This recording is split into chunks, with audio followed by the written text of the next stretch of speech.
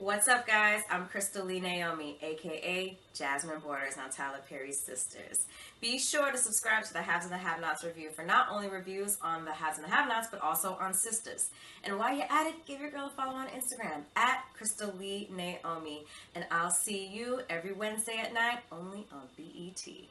All right, sisters, fans, as always, thank you so much to Crystal Lee Naomi, aka Jasmine, for doing the promo for these videos. And guys, please follow her on Instagram. She did an amazing job this past Wednesday taking over the Sisters on BET official Instagram account.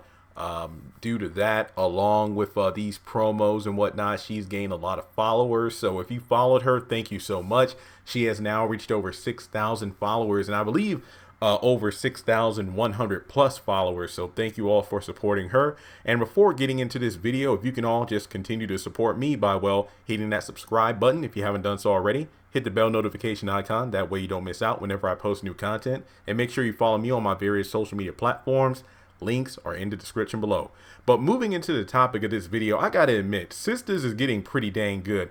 Even if you might not be a big fan of the stories going on in the actual show itself, I'd say that I would really say that each character is starting to shine in their own right.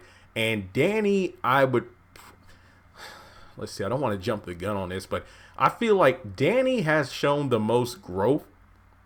Because during the first half of the season, I feel like we really only got to see the comedic Danni. She was pretty much like the comic relief, if you will, as well as Maurice. But in terms of her being the main, like one of the main four characters, she at the time really didn't have a story. She was just there to be the sassy one, the outspoken one. But now she's, standing on her own somewhat with Preston. I actually looked up the name. Preston is the name of the cowboy. But her scene in this episode with Preston, and you know me, I'm not really a big fan of like repetitive dialogue or scenes that felt dragged on. I didn't feel that way about this scene at all because we got to see a different side of Danni. And I believe, this was a side that I feel was very human and very relatable for guys and girls. I feel like, men and women. Yeah, men and women. I just felt this scene because I've experienced it many times myself, whether I'm the one who is in the position of Preston, who's actually giving genuine compliments, care, and attention to a woman, and then she doesn't know how to take it because she thinks there's a hidden agenda, or on the flip side, I've been given attention by women, but I honestly don't know how to accept or receive their compliments because usually I'm like the fixer as opposed to the one who is being assisted or being fixed, so to speak. So this scene with Danni being vulnerable, open, no jokes, no thing about the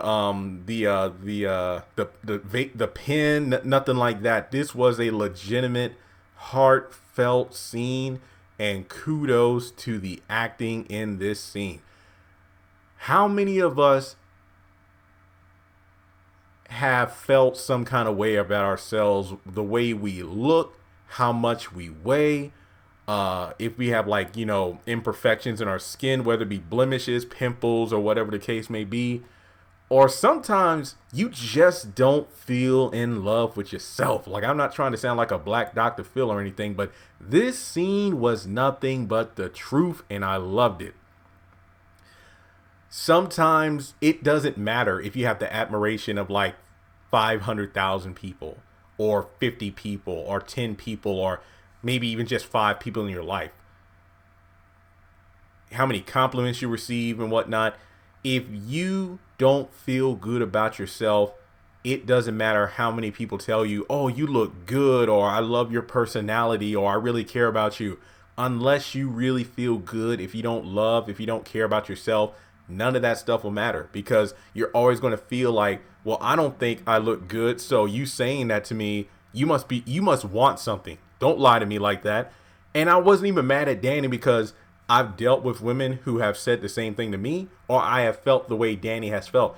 Getting a little personal here. I feel like this video is kind of going to be therapeutic. I'm going to get personal. My roommate and I, we were out in the living room talking last month, and I think that over the past couple months, I have been making somewhat of an effort to show my face more in regards to doing live streams. Even if I don't do as many live streams as I hope, some of the live streams have been pretty lengthy compared to how they used to be. So I've been getting feedback from people saying, "Oh, you should show your face more." I even did a Facebook live. Was it earlier this? It was whenever I had binge Love Is Blind, and I actually did a two Facebook live streams on my personal Facebook, but it was public posts, so I was getting some DMs and whatnot from people. And yeah, I know nowadays you got the catfishers and fake accounts, but some of these people I actually knew, and it's like, oh my man, you changed so much since high school and this and that. My thing is this: I've never been a person who felt like I was butt ugly or anything, but I knew I wasn't like the jock in school with all the muscles, or the person with like the perfect teeth and the perfect face and like the perfect body and whatnot. So for people now, because especially people from like my teenage years and whatnot who I haven't interacted with since then, to like hear my voice, because my voice sounds nothing like it did in high school. So for them to hear this new voice coming out, 'cause actually I saw one of my high school teachers, like my 9th or 10th grade English teacher. I saw her the last time I was back at home. She's like, "Oh my god, okay, this is not the Jeremy voice I'm used to." And I'm like, "Oh wow, okay." So yeah, I was actually opening my room and like, bro, like I'm not used to receiving those kind of compliments, because at the core, it's not that I don't believe people who say that. I'm just not used to being the one receiving the compliment. So I honestly do not know how to internalize it or even how to respond, because it's very awkward for me. It makes me uncomfortable. It's not to say that I don't appreciate it, but imagine for the first time being told, "Oh man, you're so handsome," from someone who isn't a family member or somebody from your home church or something like that. They don't count. They have to say that. But I mean, like, for like a somewhat stranger to say that, or just say you're attractive. But sometimes I look in the mirror, it's like, yeah, my weight fluctuates all the time, and it's like my teeth, I wish I had the money to fix them the way I wish they could look, or something along those lines. Or man, I've been stressed out, so my face is breaking out. I ain't gonna lie, there are times where I don't do live streams simply because I have a bump or something on my face. And I feel like a lot of guys can deal with this. Like, if your hair doesn't feel right, if it isn't cut, if it isn't the way you want it, you don't want to be seen. Like, it doesn't. I used to do that at work. Like, in the call center, I used to dress up like every day. If my hair wasn't on point, I wouldn't even wear a suit or anything like that. Not that I had to, but it doesn't matter. Your shoes could be shiny. You got the perfect socks and tie and everything, the handkerchief in your blazer pocket. But if your hair ain't on point, it don't matter. So for Danni to really have an open scene like that, being vulnerable to Preston, and Preston pretty much responding how I've dealt with girls in the past, like, I'm not playing it. I've had lots of girls in college like, "Oh, you're a nice guy, but you're too nice," or "You know what? No one's ever treated me this way before." So people, they set up their walls, or they just kind of branched off from me because they didn't. I've had plenty of girls tell me they don't believe that I'm as nice as I seem, which is, well, they must not be dealing with the right guys, because honestly, like Preston's, like, I don't play games because I don't either know how to play games or I don't have time for games. So guess what? You're playing. I don't. This scene, I know I sound like a broken record and I might be speaking in circles, but this was one of the best scenes from the entire series, if not one of the best scenes from a Tyler Perry project, because it was so down to earth. And yeah, in regards to all the writing, he should get more people. Now, while I do agree on some levels, there are times where Tyler Perry can write one hell of a scene. Like, this scene took me back to his early work with the Madea plays and movies and whatnot. And they had some hidden gems in there that we still talk about today, such as when Sonny and Madea was talking about, the branches of the tree and how people in your life are like that. Or, moments from the marriage counselor play when Floyd was telling his son about how he's not a whore because I didn't raise one. Or, even going back to like the marriage counselor when I can't remember it was Sheila, kind of had her breakdown but came back stronger than ever, lost that weight and whatnot. So this goes down as one of my favorite Tyler Perry moments. And yeah, this has my stamp of approval, proving that, again, he can write scenes like this when he wants to, instead of just pumping out content. If he takes his time, and if more scenes were like this, my gosh, my freaking gosh. So props to Preston for standing by Danny, except he's gone the next morning, but I have a theory about that. Don't worry, I'll do a video. But I feel like this scene was worthy of its own video. We got to see a vulnerable side of Danny that we don't usually see. And yeah, when you've been treated wrong, or sometimes you treat yourself more poorly than the people around you, like, sure, you might be rejected by someone. You may have gone through a nasty breakup, you know, family issues, friend issues, things going on at work. But I don't know about you, but I'm my own worst critic.